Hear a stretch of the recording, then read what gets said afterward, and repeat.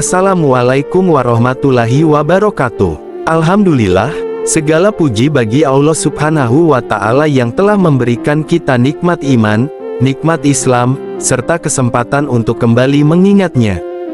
Sholawat serta salam semoga senantiasa tercurah kepada junjungan kita, Nabi Muhammad Shallallahu Alaihi Wasallam, keluarga beliau, para sahabat, dan seluruh umatnya yang istiqomah hingga akhir zaman.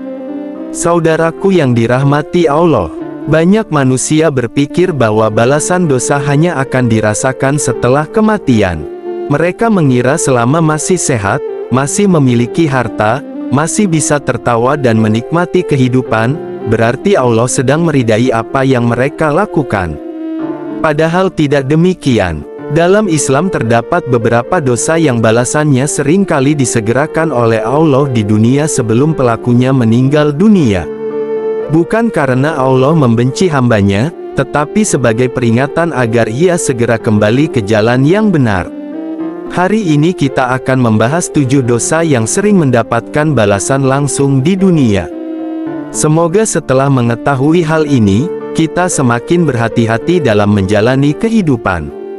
Mari kita simak hingga akhir. Dosa pertama, durhaka kepada orang tua.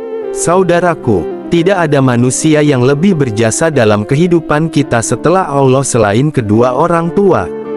Mereka yang mengandung, melahirkan, membesarkan, mendidik, dan mengorbankan banyak hal demi kebahagiaan anak-anaknya.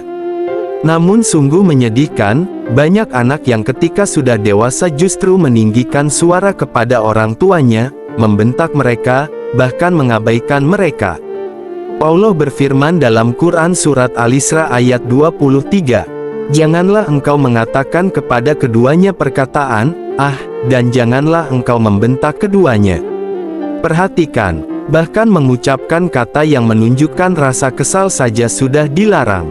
Lalu bagaimana dengan mereka yang memaki, menghina, atau menyakiti hati orang tua?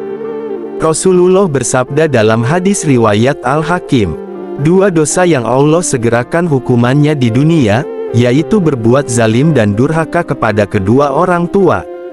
Banyak kisah nyata yang menunjukkan seseorang kehilangan keberkahan hidup setelah menyakiti orang tuanya. Rezekinya seret, keluarganya tidak harmonis, anaknya membangkang, hatinya tidak tenang, karena ridha Allah bergantung pada ridha kedua orang tua.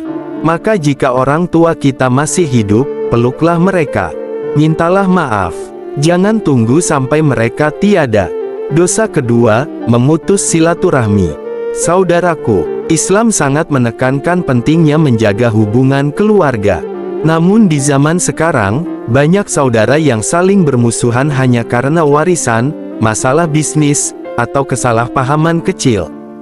Bahkan ada yang tidak berbicara bertahun-tahun. Padahal Rasulullah bersabda dalam hadis riwayat Bukhari dan Muslim, tidak akan masuk surga orang yang memutus tali silaturahmi. Selain ancaman di akhirat, dosa ini juga sering dibalas di dunia.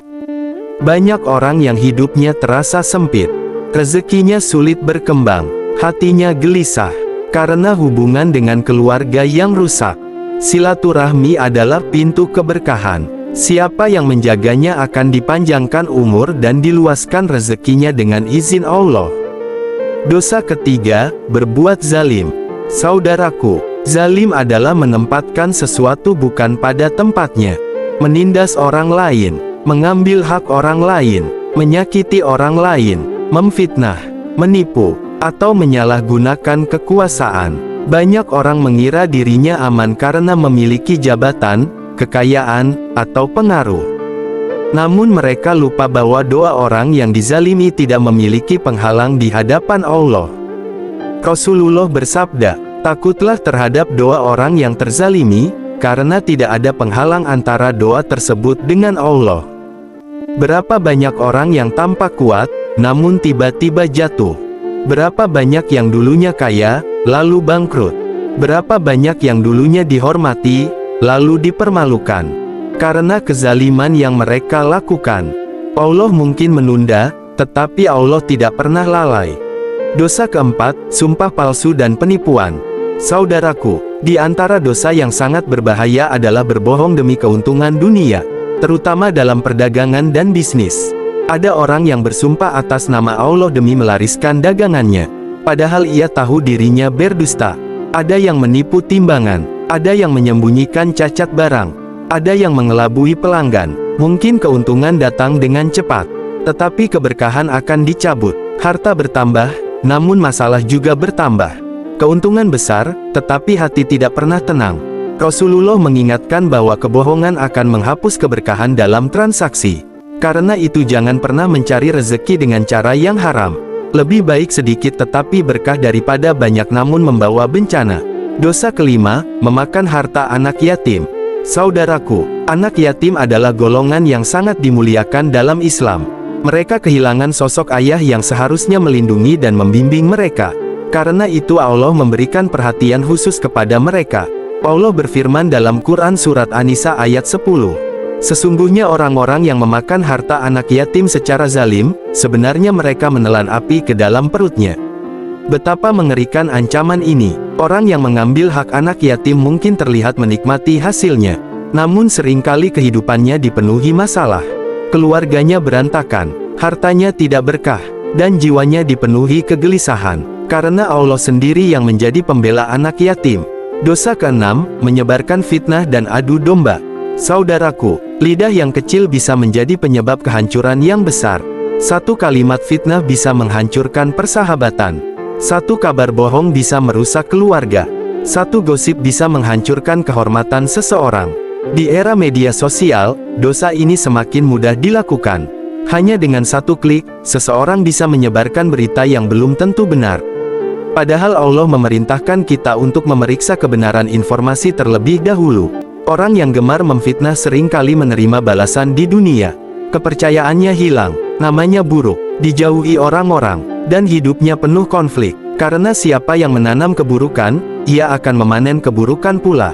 Dosa ketujuh, berbuat maksiat secara terang-terangan. Saudaraku, setiap manusia pasti pernah berbuat dosa. Namun ada perbedaan antara orang yang berdosa lalu menyesal dengan orang yang bangga memamerkan dosanya. Hari ini banyak orang dengan bangga mengunggah kemaksiatan di media sosial. Mereka mempertontonkan aurat, memamerkan hubungan yang haram, menunjukkan perilaku yang bertentangan dengan syariat, lalu menganggapnya sebagai hal biasa. Padahal Rasulullah menjelaskan bahwa umatnya akan mendapatkan ampunan kecuali mereka yang terang-terangan dalam bermaksiat. Ketika dosa dipamerkan, dampaknya tidak hanya mengenai pelaku tetapi juga orang lain yang melihat dan menirunya. Karena itu balasannya pun seringkali disegerakan oleh Allah dalam bentuk hilangnya ketenangan hidup, keberkahan, dan rasa bahagia. Saudaraku yang dirahmati Allah, 7 dosa yang telah kita bahas hari ini adalah 1. Durhaka kepada orang tua. 2. Memutus silaturahmi. 3. Berbuat zalim. 4. Sumpah palsu dan penipuan. 5. Memakan harta anak yatim. 6. Menyebarkan fitnah dan adu domba. 7. Bermaksiat secara terang-terangan. Jika saat ini kita pernah melakukan salah satu di antaranya, jangan berputus asa. Pintu taubat masih terbuka. Allah Maha Pengampun dan Maha Penyayang. Tidak peduli sebesar apa dosa kita, selama nyawa belum sampai di tenggorokan dan matahari belum terbit dari barat, kesempatan untuk kembali kepada Allah masih ada. Mari kita perbaiki hubungan dengan orang tua, perbaiki hubungan dengan keluarga, hentikan kezaliman, jauhi penipuan, jaga lisan, dan perbanyak amal saleh. Semoga Allah menjaga kita dari dosa-dosa yang mendatangkan azab di dunia maupun di akhirat. Amin ya robbal alamin. Wassalamualaikum warahmatullahi wabarakatuh.